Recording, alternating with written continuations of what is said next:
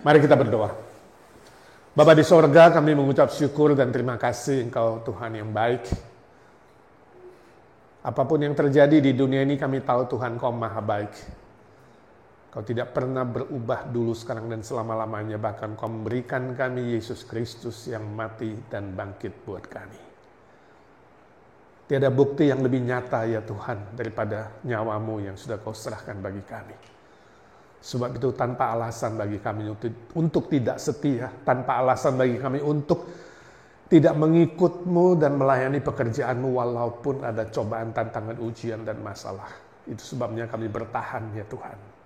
Di dunia yang semakin bengkok dan jahat, di akhir zaman yang semakin tidak menentu, kami tahu Tuhan Engkau yang pasti, yang lain tiada pasti. Dan firman-Mu juga yang pasti. Sebab itu kami mau belajar firman-Mu dan berpegang pada firman-Mu. Siapkan hati pikiran kami, belajar firman ini supaya kami mengerti, pakai hamba-Mu bisa menjelaskan dengan benar dan tepat, dan kami boleh melakukannya dalam hidup kami masing-masing.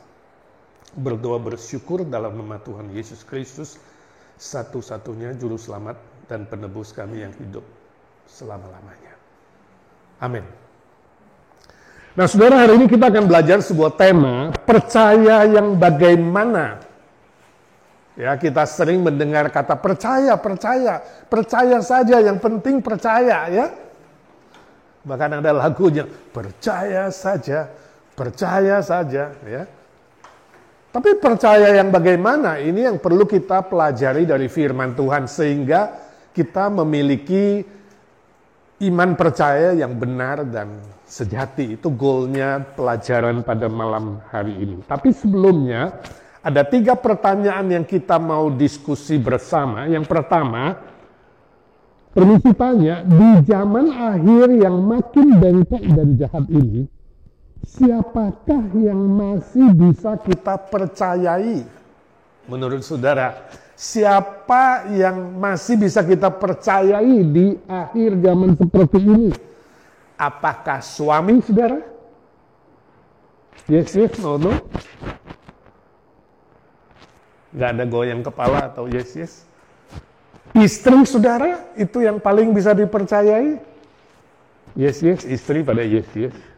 No. Orang tua? Yes. Bisa dipercayai? Pasti benar? Ya, no. Teman?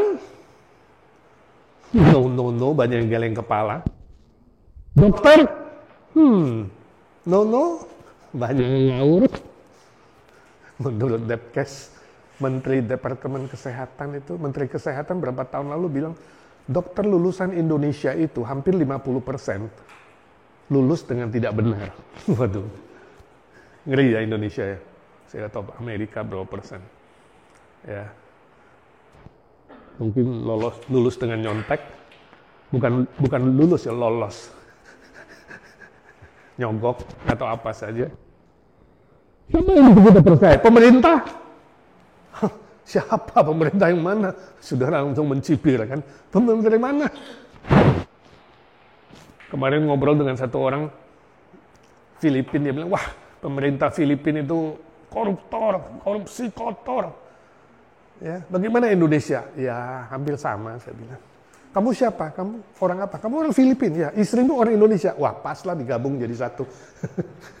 Bayangkan, saling mencibir terhadap pemerintah. Pendeta? Bisa dipercaya? Lebih 50% pendeta di Amerika liberal, saudara. Pendeta siapa? Guru? Bisa dipercaya guru?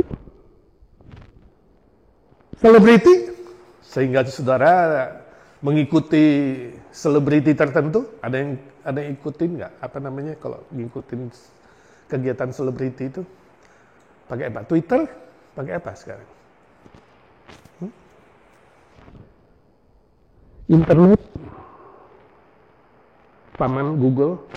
Dikit-dikit tanya Google. Atau titik. Siapa yang paling bisa kita percaya di dunia yang semakin bengkok jahat ini? Mas Eko. Pencipta, puji Tuhan. Sang pencipta, puji Tuhan.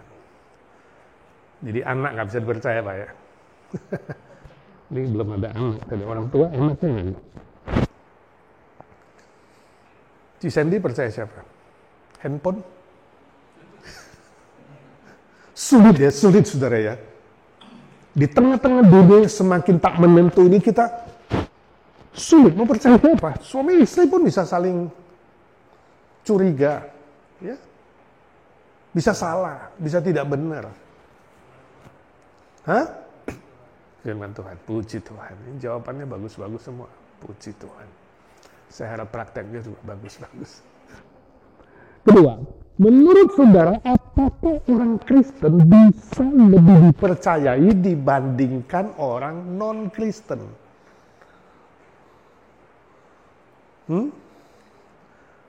Non-Kristen lebih bisa dipercaya atau Kristen? Kalau saudara bos ya, mau interview pegawai, apakah agama sang calon itu mempengaruhi? Menjadi bahan pertimbangan atau tidak? Atau profesionalisme dia sebagai seorang calon pegawai. Ya, di Amerika tidak boleh ada diskriminasi apapun, termasuk agama, betul nggak? Tapi kalau berimbang, sama-sama dua calon itu berimbang dalam semua hal. Pengetahuannya, profesionalismenya, pengalamannya, ya, ijazahnya, semua pendidikannya, latar belakangnya. Bingung saudara antara dua calon yang mau dipilih, satu orang Kristen, satu non-Kristen. Saudara pilih mana? Andi. Pertanyaan sulit juga. Dua calon, satu Kristen, satu non-Kristen, mana yang kamu pilih? Semua sama kualifikasinya, ya kan? Sulit kan? Dipilih yang Kristen. Why? Iya, pasti ada alasannya kan? Apakah unsur diskriminasi? Unsur apa? Better evil, dua-dua evil, tapi yang ini satu better evil. That's a good ethics principle. Ini prinsip etika yang baik, ya. Dua orang berdosa, yang mana yang pilih ini? Hah? Calon presiden ini dua-dua ngawur ini, ya kan? Demokrat dan Republikan ini, ya kan? Dua-dua orang berdosa, dua-dua nggak benar, dua-dua kualifikasinya jelek. Nah ini dipilih yang mana? Better evil atau better, bukan better, lesser evil Pak, bukan better evil. Jadi jangan yang lebih jahat yang dipilih Pak. Better evil ya, salah, itu termnya salah sudah. Bukan better evil, lesser evil. Nah kalau dua calon presiden bagaimana pilihnya? Lesser evil ukurannya apa? Siapa yang lebih tunduk sama Alkitab? Jadi kembali kepada ukuran. Kalau ada case sulit, konflik, dia pakai ukuran apa? Dia pakai ukuran perasaan dia, pengalaman dia, pengetahuan dia, atau dia pakai ukuran firman. Untuk menentukan which evil you have to choose, ya, antara dua-dua jahat, nih pilih jahat yang kecil, lebih kecil dengan ukuran yang cocok dengan ukuran hidup saudara, yaitu firman Tuhan. Nggak gampang ya. Jadi belum tentu orang Kristen lebih bagus dari non-Kristen, belum tentu. Ya, tetap harus dilihat dan diuji. Kalau ada seorang yang berdusta atau pernah menipu saudara, apakah saudara masih bisa mempercayai dia? Highly. Sulit, tapi bisa.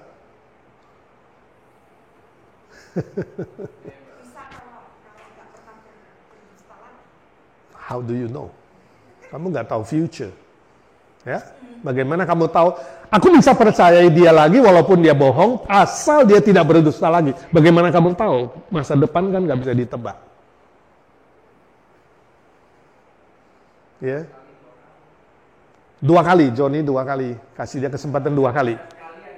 Kasih kesempatan sekali apa 2 kali? Jadi masih bisa dipercaya nggak? Nggak, oke. Jadi no more chance. tiada maaf bagimu. Seperti lagu populer. Ya, atau masih ada chance? Masih ada chance kalau Andi, berapa kali? Yang penting nggak 7 kali 70, kakean. 7 kali 70. Ya, ini tidak gampang, saudara. Karena kita berbicara manusia, kita berbicara dirugikan itu sejauh apa? Apakah didustai cuma karena materi, uang, atau didustai karena hal yang lebih hakiki, lebih esensi, lebih prinsipal, itu tidak gampang. Ya, harus dilihat case by case, nggak bisa main pukul rata tentunya ya. Kalau kita tinjau dari sudut etika, kita perlu mohon belas kasihan Tuhan. Saya kira tidak ada jawaban yang pasti. Tergantung hubunganmu dengan Tuhan. Kamu harus bawakan tentu dalam doa, bagaimana Tuhan aku bisa percaya Dia lagi. Ya, kalau percaya, aduh saya worry. Tapi kalau nggak percaya, ya kasihan. Sometimes bisa bergumul seperti itu dan kita perlu betul-betul mendoakannya dengan serius. Roh Kudus yang memimpin. Saya lebih setuju kalau setiap case dilihat berbeda dan kita mengikuti pimpinan Roh Kudus dalam hati kita masing-masing. Oke, yang ketiga. Menurut saudara, ada berapa orang yang bisa mempercayai saudara? Nah, tadi kita bicara orang lain yang dia bisa percaya. Dan sekarang saudara sendiri. Kira-kira menurut saudara di bumi ini, ada berapa orang yang masih bisa percaya sama kamu itu loh? Yang bilang 5 ke atas. Nggak ada. 5 ke bawah. Nggak ada. 2 ke bawah. 0. Ada berapa orang yang masih bisa mempercayai saudara? Ini penting sekali, ya kan? Betul nggak? Kalau sebagai seorang Kristen, ya, hidup saudara, kata-kata saudara, action saudara, sikap saudara sudah tidak bisa dipercayai sama orang, ini menjadi sebuah bahaya, tanda tanya. Apakah kekristenanmu itu benar atau tidak? Sejati apa tidak? Kalau sampai perkataanmu bilang, ini lagi ngomong toh ya, orang sampai mencibir itu repot. Ya. Kalau saudara bilang ada, ya 5-10 orang, saya nggak tahu berapa orang, dalam hal apa saja saudara bisa dipercaya? Dalam hal keuangan, dalam hal nasihat-nasihat sehari-hari, dalam hal apa lagi? Sikap, dalam hal pengetahuan, dalam hal etika, apa misalnya? Ya, jadi saudara perlu memikirkan juga, sebenarnya selama ini saya mengikut Tuhan, ada aspek hidup apa dari saya yang bisa dipercaya orang lain, sehingga saya bisa menjadi berkat untuk orang lain. Ya, ini perlu menjadi sebuah pertanyaan refleksif terhadap diri sendiri. Bagaimana sebenarnya ya, pertumbuhan saya sebagai seorang Kristen mengikuti Tuhan, dan bagaimana sebenarnya saya mengaplikasikan firman Tuhan dalam hidup saya selama ini, sehingga orang lain bisa melihat, wow ini kayaknya bagus nih ya, tanya Andi. Ya, saya senang sekali anak saya yang kedua Michael itu dulu di sekolah sejak high school, dia itu menjadi tempat teman-temannya bertanya kalau ada sesuatu. Ya, dia habis itu dia juga sekolah psikologi di S1-nya ya. Itu ternyata Tuhan siapkan dia sejak high school. Teman-teman dia kalau ada problem, ada masalah, ya, konflik dengan orang tua atau apa saja, minta nasihatnya sama Michael. Saya pikir, wah, anak ini nanti bisa jadi konselor, apalagi dia ambil psikologi ya. Tapi ternyata hari ini jadi businessman. Saya tanya, psikologimu dipakai nggak, nak? Iya, Pak, dia bilang. Itu sebabnya relasi saya bagus dengan setiap klien. Ya, setiap customer itu bukan hanya bicara bisnis, tapi kehidupan mereka. Kalau ada apa-apa, konsultasi sama Michael juga. Saya bangga, at least kata-kata dia dipercaya, nasihat dia dipercaya, ya, bisa menjadi berkat untuk orang lain. Itu sebuah tanda bahwa oke, dalam mengikut Tuhan kamu itu benar. Gitu. Sehingga orang bisa mengatakan, nah, tanya Michael. Bayangkan kalau teman-temanmu ada problem mengatakan, nah, tanya Andi. Wah, berarti itu hotline itu ya. Nah, itu HP jadi berfungsi tuh, Ci Sandy. Ya, tanya Ci Sandy. Jadi langsung di-call. Ya tentu HP bukan hanya untuk shopping, ya lihat Amazon atau yang lain-lain. Oke, good. Sekarang kita belajar dari firman. Ya, saya kira pertanyaan pertama itu jawabannya nomor 4. Satu-satunya yang bisa menjadi pegangan tadi kata Andi, yang kita bisa percaya di tengah-tengah manusia yang tentu sebagian bisa percaya, sebagian tidak, ya. Gak semua aspek bisa dipercaya. Di tengah-tengah kondisi seperti ini kita ada firman Tuhan yang seutuhnya bisa dipercaya. Ini yang menjadi pegangan kita, itu sebabnya kita akan baca apa kata firman Tuhan dalam Amsal 3 ayat 5 sampai 10. Mari kita membaca, buka suara sama-sama. 1, 2, 3. Percayalah kepada Tuhan dengan segenap hatimu, dan janganlah bersandar kepada pengertianmu sendiri. Akuilah dia dalam segala lakumu, maka dia akan meluruskan jalanmu. Janganlah engkau menganggap dirimu sendiri bijak. Takutlah akan Tuhan dan jauhilah kejahatan. Itulah yang akan menyembuhkan tubuhmu dan menyegarkan tulang-tulangmu. Muliakanlah Tuhan dengan hartamu dan dengan hasil pertama dari segala penghasilanmu. Maka lumbung-lumbungmu akan diisi penuh sampai melimpah-limpah, dan bejana pemerahanmu akan meluap dengan air buah anggurnya. Wah, bagus sekali ya, di firman Tuhan indah sekali. Firman Tuhan ini ditulis oleh Raja Salomo. Ya, Raja Salomo yang tersohor, terkenal di zamannya, sangat pintar, sangat bijak, sangat berhikmat, ya. Sampai raja-raja, ratu di sekitarnya datang belajar hikmatnya Salomo. Dia juga gagah, orang hebat, ya. Kuat, gagah, cakep, sampai istri plus gundiknya 1000 orang. Ini yang nggak ada yang tandingin dia, siapapun. Ya. Dan juga dia kaya raya. Jadi boleh dibilang secara materi, secara duniawi, secara kesenangan, dia punya semua-muanya. Nggak ada seorang selebriti pun yang sehebat dia. Ya, sepanjang zaman ini, saya kira Salomo adalah yang number one in everything.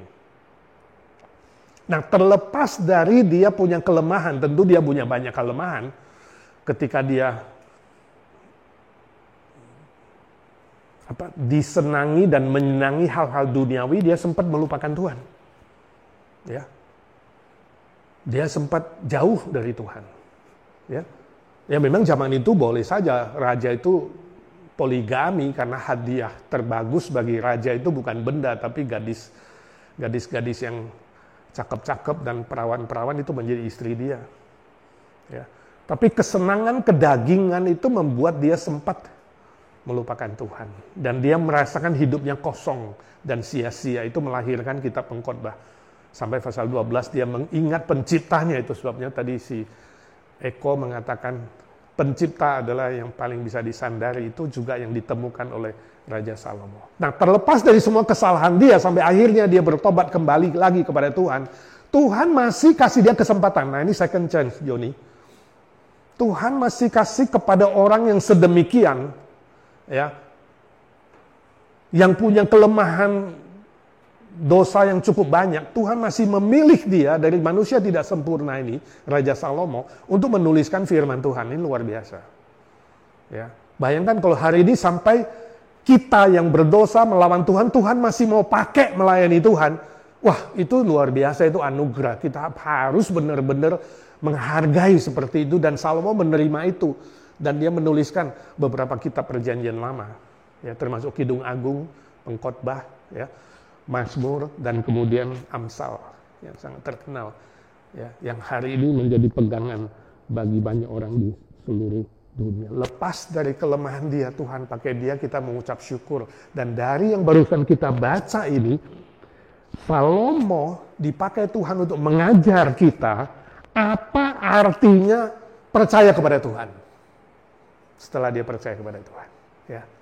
Sering kali kita mengatakan, aku percaya kepada Tuhan. Kalau ditanya, percaya nggak pada Tuhan Yesus? Percaya. Kamu percaya nggak Yesus Kristus Juru Selamat? Percaya. Percaya nggak bahwa kamu diampuni oleh Yesus dan kamu menerima dia dan diselamatkan? Percaya. Tapi waktu kita tanya, percaya yang bagaimana? Nah itu seringkali sebagai orang Kristen sulit menjawab kan? Paling tidak dari pelajaran Alkitab, bacaan Alkitab hari ini kita ingin belajar. Apa sih artinya percaya kepada Tuhan itu? Yang pertama, percaya itu harusnya dengan segenap hati. Itu ayat kelima. Ya, ayat kelima. Percaya kepada Tuhan dengan segenap hatimu. Dan jangan bersandar kepada pengertianmu sendiri. Jadi kalau bilang percaya bagaimana? Segenap hati. Apa maksudnya segenap hati? Istilah segenap hati berarti sebuah kepribadian yang utuh. Bukan hanya hati doang. Tapi utuh. Termasuk pikiran, perasaan, pengetahuan, pengalaman. Jadi iman yang sejati itu harus melampaui semua itu. Melebihi semua itu. Sebab apa? Sebab apa yang kita punya ini, pikiran, perasaan, pengalaman, dan ilmu pengetahuan yang kita punya, itu terbatas. Terbatas dan sementara. Mana mungkin yang terbatas dan sementara bisa menjadi fondasi iman. Sebab akan goyah. Kalau terbatas itu berubah-ubah. Sementara itu berubah-ubah. Untuk punya fondasi iman yang kuat, kita nggak boleh punya sesuatu yang berubah-ubah. Ya, itu bahaya, kayak bangunan itu nggak goyang fondasinya. Jadi iman yang sejati, percaya yang sejati itu harus punya fondasi yang tidak goyah. Yaitu apa? Pribadi Kristus dan firman-Nya. Itu melampaui pikiran kita. Itu yang mau dibilang oleh Salomo di sini. Jangan kamu percaya pengertianmu sendiri. Jangan kamu mengandalkan pengalamanmu sendiri, tapi percayalah kepada Tuhan dengan segenap hati. Jadi seluruh kepribadianmu secara utuh ditaruh di atas Tuhan. Jadi Tuhan kalau bangun rumah itu fondasinya Tuhan. Itu yang gak goyah. Janji firman Tuhan ini gak goyah. Baru kita bangun kepribadian kita dan seluruh hidup kita. Nah itu maksudnya percaya. Jadi kalau orang tanya, percaya bagaimana? Percaya yang seluruh aspek hidupku itu ditaruh di atas pribadi Tuhan dan firman Tuhan. Jadi bukan hanya ya sesuai apa yang di pikiranku, no, melampaui pikiran, melampaui perasaan, melampaui pengalaman. Nggak bisa dijelaskan. Aplikasinya, ketika persoalan hidup tidak masuk akal, tidak dimengerti oleh akal pikiran kita, tidak dimengerti oleh pengetahuan, sains, ataupun apa yang ada di bumi ini. Ketika cobaan, ujian itu melampaui semua itu, izinkan saya tanya, apa yang saudara lakukan? Nah, ini penting sekali. Apa yang saudara lakukan? Janganlah saudara bersandar pada akal budi, pengetahuan, atau tawaran dunia, atau godaan iblis yang akan menjatuhkan iman saudara. Tapi setialah berpegang pada janji firman Tuhan. Apa yang saudara lakukan? Apakah kamu tetap percaya firman Tuhan tidak salah?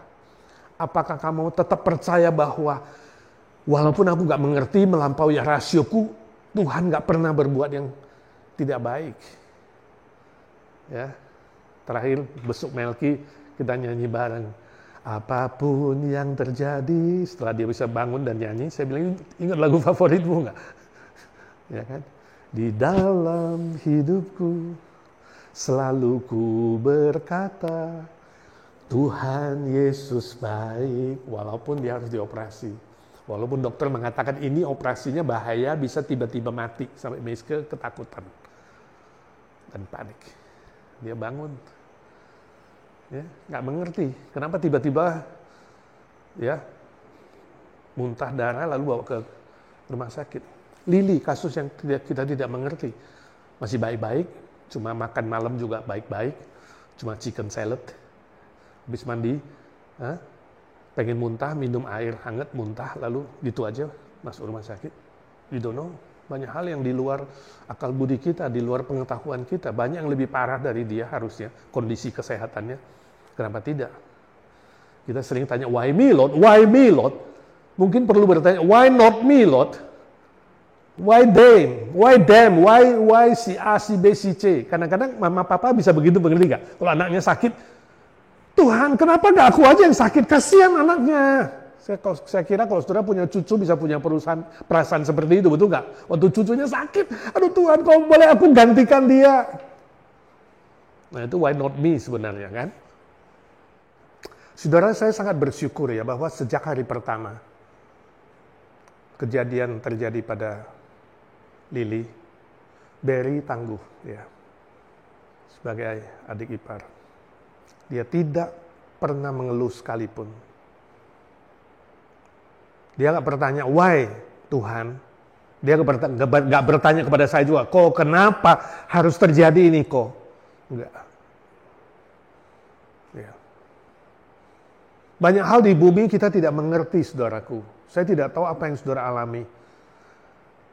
Tapi mari kita stop bertanya, kenapa Tuhan? Apalagi kalau menganggap Tuhan di mana sih? Apa Tuhan nggak peduli lagi? Apa Tuhan itu tidak lihat kita lagi? Kalau kita mengerti bagaimana Kristus mati di atas kayu salib memberikan nyawanya, firman Tuhan bilang ada apa lagi yang dia tidak berikan padamu. Di bumi kita bisa menghadapi cobaan dan ujian seberat apapun, tapi itu tidak seberat salib Kristus. Itu maksud saya. Jadi pastilah apapun yang kita alami itu kalau dibandingkan dengan apa yang dialami Kristus sebagai manusia sempurna, tidak ada bandingannya. Kita bisa mengerti. Tuhan Yesus saja membayar penderitaan yang begitu berat. Apakah kita tidak siap dan rela menderita bagi Dia? Untuk sementara ini saya masih mengambil kesimpulan bahwa Lily dan Barry itu ibarat Ayub yang sedang diuji imannya. Dan Ayub berkata, ya Tuhan, ketika Engkau menguji aku, maka imanku akan murni seperti emas. Gak ada dasarnya Ayub itu ya harus mengalami cobaannya begitu berat. Ayub sendiri gak tahu, tapi kita baca pasal 1 kita tahu iblis jealous terhadap dia. Dan kita melihat akhirnya Ayub dipulihkan 2 kali lipat. Itu yang menjadi doa kita juga. Tuhan, kalau Ayub mengalami kuasa mujizat-Mu 2 kali lipat, itu menjadi pegangan kami Tuhan, terus berdoa dengan memegang janji-Mu. Di tengah-tengah manusia gak bisa disandari, dokter gak bisa disandari, obat dan lain-lain gak bisa disandari dan gak bisa dipercayai, kita punya janji firman yang bisa dipegang. Mari kita tetap berpegang pada janji Tuhan daripada khawatir dan kemudian mengeluh, kecewa, marah-marah, dan terus bertanya, kenapa Tuhan? Kenapa Tuhan? Saya harap ini menjadi pelajaran penting bagi kita sama-sama. Sebab saya tahu firman Tuhan mengatakan menuju akhir zaman, cobaan dan ujian bukan makin ringan, makin berat. Makin berat. Gak ada itu perdamaian dunia. You mau memperjuangkan sebagaimanapun. Sebab firman Tuhan mengatakan, Yesus mengatakan, bangsa melawan bangsa, suku melawan suku, akan ada perang, ada sakit penyakit, ada banyak kesusahan di bumi ini. Makin lama makin meningkat, bukan makin menurun. Tidak ada perdamaian di dunia ini. Kalau saudara berkhotbah tentang perdamaian dunia di bumi, itu melawan firman Tuhan. Tapi kita harus berkhotbah di tengah-tengah tantangan dan kesulitan dan cobaan yang berat. Kita punya janji firman Tuhan yang bisa menjadi fondasi iman kita. Dan kita bertahan sampai Tuhan panggil. Amin. Itu menjadi kekuatan kita.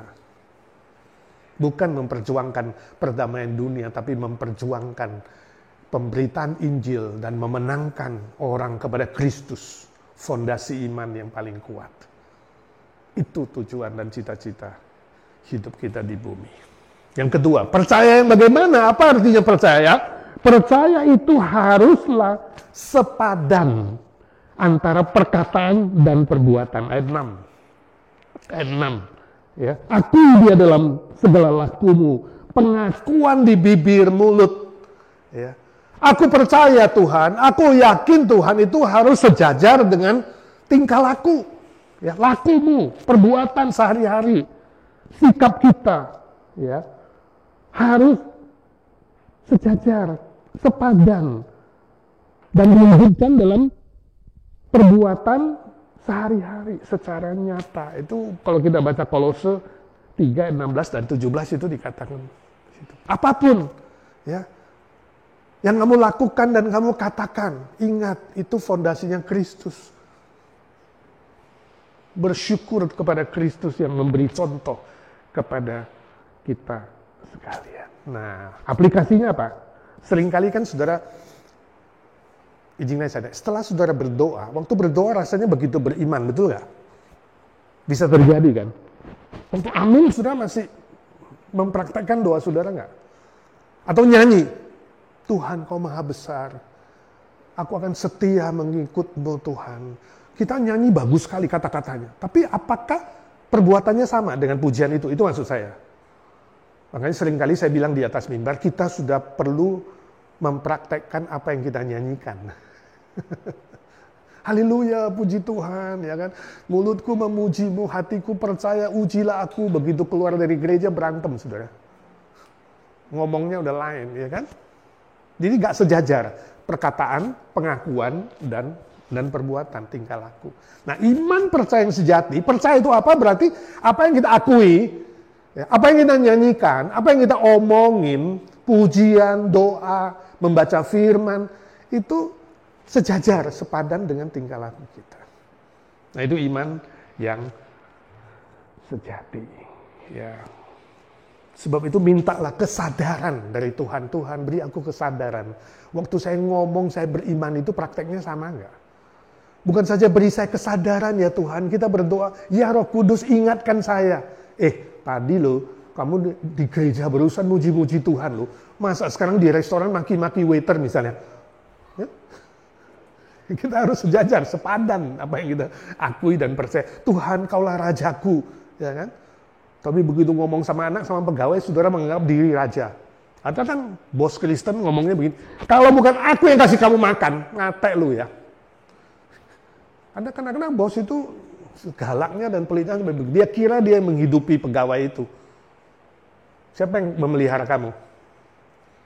Tuhan, bukan bosmu. Saya sering bilang sama mereka yang terlalu tunduk sama bos, gak takut sama Tuhan. Bos suruh masuk, gak berani telat. Ke gereja telat-telat dan juga sering absen. Aneh kan? Gak sepadan. Dan kalau sakit, masuk rumah sakit, bosnya datang lihat, enggak juga. Istrinya paling setia memelihara dia, menjaga dia. Ya. Jadi hari ini kita perlu minta kesadaran itu sama Tuhan. Dan juga minta Roh Kudus menolong kita. Tuhan tolonglah saya, apa yang saya doakan keluar dari mulutku, apa yang saya pujikan keluar dari mulutku, apa yang saya baca firman dan ibadah, itu saya praktekkan dalam tingkah laku. Baru saya mengatakan, saya orang yang sungguh-sungguh beriman, percaya. Ya, kalau enggak namanya munafik. Saya-nya mun ya. Orang Korea ada saya-nya mun. Kalau namanya afik jadi mun, afik. Jangan ya. Oke, ketiga. Apa artinya percaya? Yang ketiga, percaya itu haruslah disertai rasa hormat. Rasa hormat kepada Tuhan ayat 7. Nah, istilah takut akan Tuhan di ayat ke-7 itu berarti memiliki rasa hormat atau rasa beribadah kepada Tuhan. Takutlah akan Tuhan. Ini bukan seperti takut kepada maling, perampok, atau takut kepada teroris, atau takut kepada binatang buas, anjing galak, bukan. Takut kepada Tuhan punya sebuah rasa hormat kepada Tuhan. Tuhan, kaulah yang perlu aku hormati. Ya, kaulah yang aku sembah Tuhan. Rasa hormat kepada Tuhan. Ya. Dan rasa hormat itu bukan hanya dalam beribadah kepada Tuhan, ngomong kepada Tuhan, tapi juga wujudnya adalah melakukan kebenaran. Itu sebabnya dilanjutkan di ayat ke-7. Ya. Takutlah akan Tuhan dan jauhilah kejahatan. Itu. Rasa hormat itu bukan hanya kayak orang hormat, siapa? Siapa? Kalau di Indonesia dikit-dikit jawabnya siapa? Tapi belum tentu siap. Kayak militer, siapa? Tapi prakteknya beda. Ya kan? Jauhilah kejahatan, itu artinya rasa hormat. Kamu lakukan kebenaran firman Tuhan. Jangan berdosa, jangan berbuat jahat, itu maksudnya. Ya. Mazmur 128 ayat 1 mengatakan, orang yang berbahagia adalah orang yang takut akan Tuhan. Seolah-olah masih abstrak. Hormat kepada Tuhan, abstrak. Lalu dilanjutkan apa? Dan yang melakukan firman-Nya. Kayak hormat orang tua, anak hormat orang tua. Ya. Tunduk sama orang tua, taat sama orang tua. Prakteknya apa? Ada praktek itu kan hormat kan masih abstrak. Wujudnya apa? Mendengarkan nasihat orang tua. Ya, mengikuti ajaran orang tua. Sama kira-kira, hormat kepada Tuhan artinya melakukan firman-Nya dan jauhi kejahatan. Nah, aplikasinya bagi kita apa? Ketika ada tantangan, cobaan, atau kesulitan dalam hidup saudara, apakah hal itu mempengaruhi kesetiaan saudara dalam beribadah kepada Tuhan dan melayani Tuhan? Nah, seringkali bisa menjadi tergoda. Ya, kalau sudah stres, sudah sakit, kurang sehat, lalu banyak pekerjaan, lalu kita mengevaluasi diri, kenapa ya? Lalu biasanya yang pertama kalau kita mau dipotong waktunya, apa yang dipotong? Wah, kayaknya kebanyakan ya aktivitas. Aktivitas yang dipotong apa biasanya yang pertama? Gak usah ke gereja dulu sih. Jadi yang rohaninya yang dipotong. Bukan gak usah hobi dulu berenangnya di-cut dah 5 jam jadi 3 jam. Bukan. Yang di-cut itu ibadah 2 jam minggu ini absen dulu Saya ingin tanya, saudara apa yang saudara lakukan? Kalau kesulitan berat, stres, ya, waktu tidak cukup, ya, banyak tantangan kesulitan, apa respon saudara? Apakah mempengaruhi ibadah dan pelayananmu? Atau kamu bisa manage yang lain? Nah, ini menjadi sebuah aplikasi. Kalau you mengatakan, aku percaya kepada Tuhan, aku punya rasa hormat kepada Tuhan. Saya harap rasa hormat kepada Tuhan itu bukan kamu taruh Tuhan di priority terakhir. Kalau ada aktivitasmu yang mau dipotong, janganlah kamu cut ibadahmu dan pelayananmu. Itu nasihat saya. Tapi yang lain, mungkin lihat WhatsApp 2 jam jadi 1 jam. Mungkin main Facebook 1 jam jadi setengah jam. Mungkin shopping 5 jam kurangi jadi 3 jam. Daripada, potong aja lah ibadah ke gereja 3 jam. Besok mau ujian nih, belajar biasanya. Besok mau ujian Senin, jadi Minggu gak ke gereja. Dengan alasan besok mau ujian. Nah, kenapa bukan Sabtunya? Ya, kenapa harus 3 jam atau 2 jam itu di-cut? Ini menjadi sebuah pertanyaan evaluasi. Mengevaluasi diri. Sungguhkah aku percaya dengan rasa hormat kepada Tuhan? Atau menganggap pelayanan dan ibadah itu priority terakhir. Tunggulah kalau ada sisa waktuku. Nah, baru aku melakukannya. Nah, ini menjadi sebuah rasa hormat kamu. Ya, bayangkan kalau anakmu memperlakukanmu seperti itu. Tunggulah ya, Ma, kalau nanti ada waktu sisa, baru aku datang. Nggak pernah ngunjungi. Ya, tunggulah Pak, kapan-kapan nanti ya. Kalau saya udah nggak punya pacar, baru saya cari papa ke rumah papa. Tapi kalau butuh duit, telepon pertama papanya atau mamanya. Ini menjadi sebuah bahan evaluasi. Kemarin ngobrol dengan satu orang, menghadapi banyak tantangan, ujian, cobaan dari Indonesia. Dia bilang, kayaknya Pak saya harus kurangi aktivitas saya melayani. Kenapa?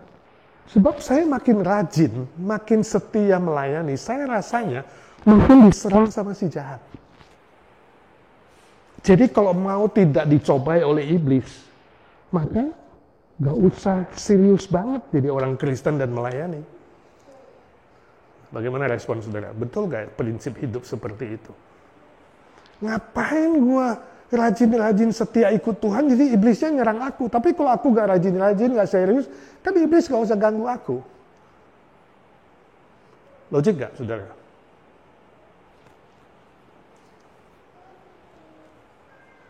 Halo? Ada respon gak?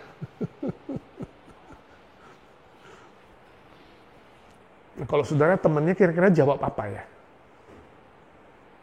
Wah, make sense juga kamu, saya bilang. Make sense. Tapi kalau kesimpulannya adalah kamu tidak jadi orang Kristen yang serius dan ikut Tuhan yang gak serius dan melayani yang gak serius, itu jadi gak cocok dengan firman Tuhan. Bahwa kamu sungguh-sungguh sudah dilahirkan kembali dari seorang bayi rohani dan harus bertumbuh. Pertumbuhanmu kan macet. Betul nggak? Kalau kamu stop kurangin ibadah, kurangin firman, kurangin kerja, kan menurun. Jadi anakmu kalau bilang, "Pak, kayaknya aku nggak perlu sekolah bagus-bagus lah ya. Yang top 10 itu. Karena ujiannya berat tuh. PR-nya, lab-nya, aduh. Kalau bisa aku yang gampang-gampang aja. Sekolah yang nggak usah ada ujian. Gitu ya. Sekolah yang bisa langsung kasih nilai, kasih ijazah. Nah, nanti jadi dokter yang gitu tuh.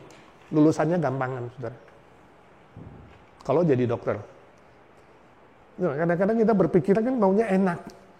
Kalau boleh gak usah sekolah ya di rumah aja. Tahu-tahu datang ijazah. Nah, mengikut Tuhan seperti itu, saudara. Kalau saudara ingin menjadi seorang Kristen yang asli, beriman yang asli dan bertumbuh, di sini dikatakan apa? Itu perlu ada pertumbuhan.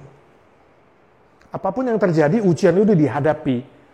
Itu adalah menunjukkan sikap kamu serius dan hormat kepada Tuhan. Daripada bilang, ya nggak ikut Tuhan, nggak usah serius banget lah, ya biasa-biasa aja lah ya. Ini menjadi pertanyaan, are you serius nggak punya relasi dengan Tuhan yang sudah kasih kamu nyawa?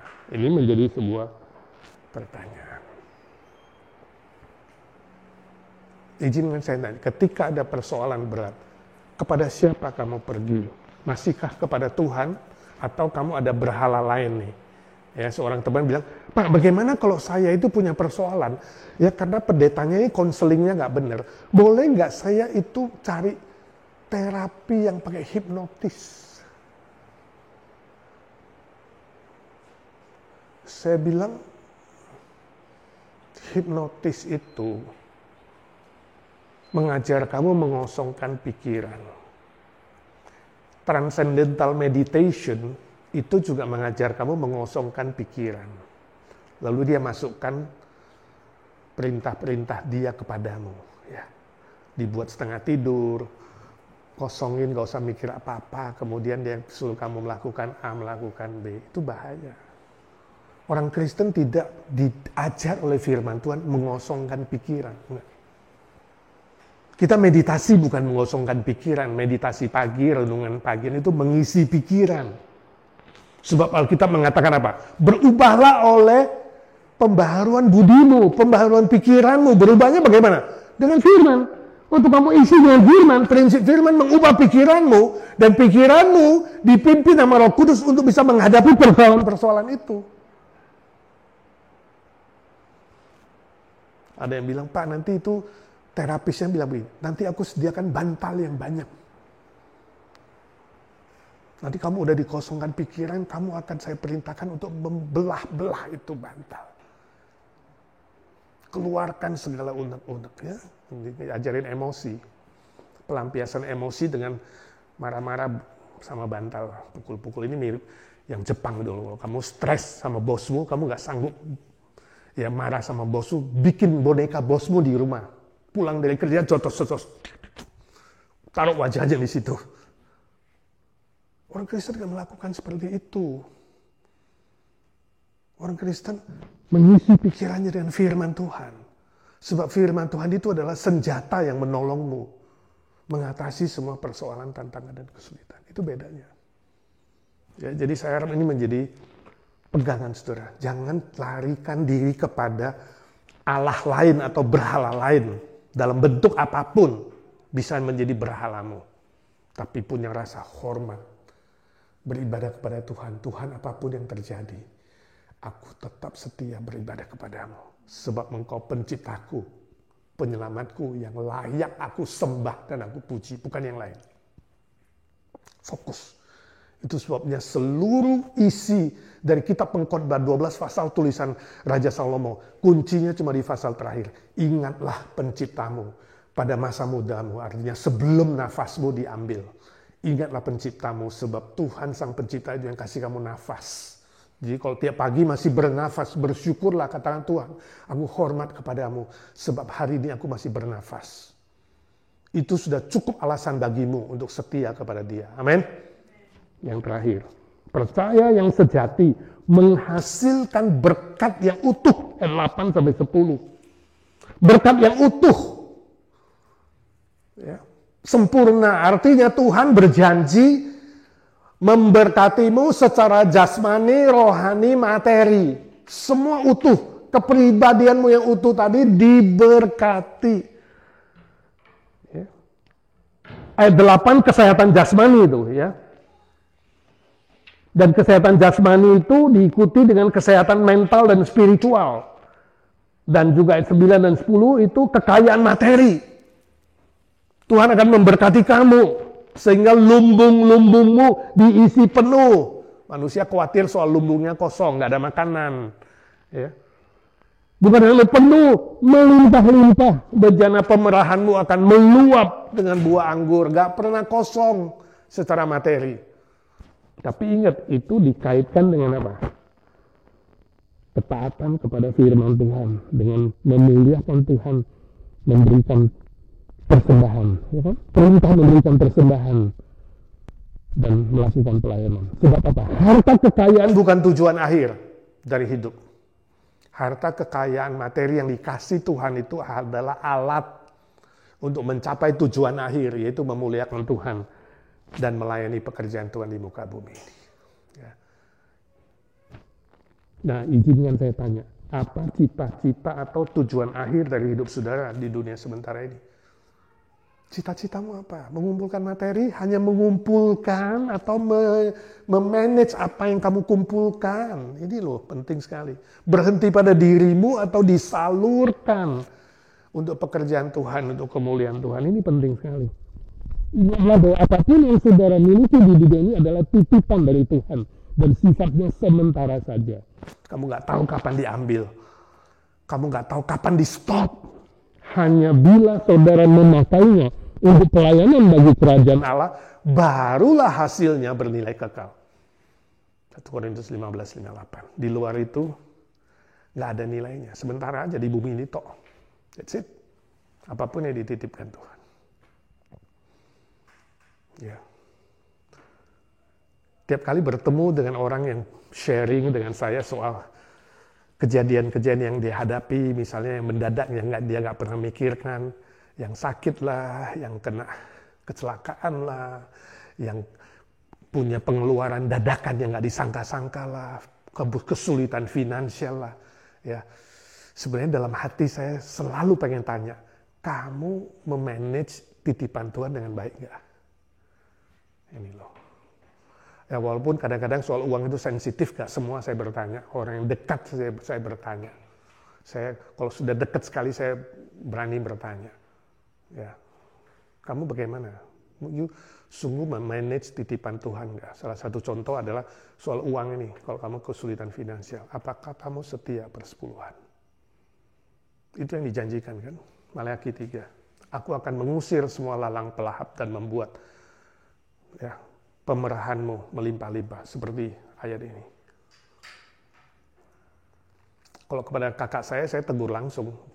Dia ngeluh soal dirampok lah, dicopet lah, ya, ban mobil pecah lah, nanti eksiden kecelakaan mobil harus keluar biaya begini. Anak sakit gak sembuh-sembuh lah, nanti mau liburan gak jadi, macam-macam. Saya cuma tanya satu hal, you setia gak kasih perpuluhan?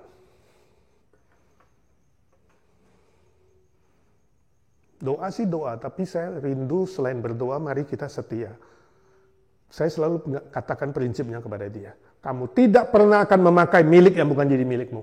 Kalau Tuhan mengatakan, sisihkan 1/10 untuk pekerjaanku, untuk rumahku. Kamu tidak sisihkan, ingat, kamu tidak akan pakai duit itu. Jangan kamu kira kamu simpen, kamu pakai. Nanti akan lebih dari itu pengeluaran yang tidak perlu. Sampai akhirnya dia bertobat. Ini kakak saya. Dia katakan suatu hari saya pulang, dia katakan, Ed, yang kamu bilang betul. Setelah aku setia dalam keuanganku, semua yang dulu yang saya cerita hilang. Belalang pelahap hilang. Tuhan gak izinkan. Tuhan seolah-olah membantu dia mengusir semua. Seperti janji di Maleakhi pasal 3. Ini loh. Nah, itu juga seringkali saya kalau guyon dengan anak muda yang kalau minta doanya, Jakarta ada satu remaja berdoa minta, aku ingin cepat kaya Pak. Ya, cepat kaya untuk apa? Ini pertanyaan saya, cita-citanya apa? Cepat kaya untuk kamu menikmati kesenangan jasmani atau apa? Ada yang bilang, supaya gaji naik. Oke, kita doa gaji naik. Tapi saya tanya, gaji naik, you sudah manage dengan baik belum? Kalau you tidak bisa memanage apa yang Tuhan titipkan padamu, jangan doa itu dulu. Nah, ini penting sekali, sejajar apa yang kita doakan dan apa yang kita praktekkan. Itu iman yang sejati. Saya harap pelajaran hari ini menguatkan kita, ya, setia dalam perjalanan mengikut Tuhan di bumi yang sementara ini. Sehingga kita bisa nanti dalam penutup, ya, beberapa kesaksian mau pulang. Sebelum pulang, salah satu persiapannya adalah bukan siapkan koper seperti pindah rumah. Ya, kalau bisa pulang ke sorga itu pack-nya makin kecil, betul nggak? Saudara mau liburan, cuma bawa 2 koper kan, saudara pilih yang bernilai kekal saja. Tuhan, ini yang aku bawa. Buah-buah jiwa bagi kerajaan-Mu. Ini yang aku bawa, Tuhan. Hamba yang baik dan setia dalam mengikut Tuhan dan melayani Tuhan. Itu yang menjadi pegangan kita, ya kan? Persiapan menuju kepada rumah Bapa yang mulia dan kekal. Amin.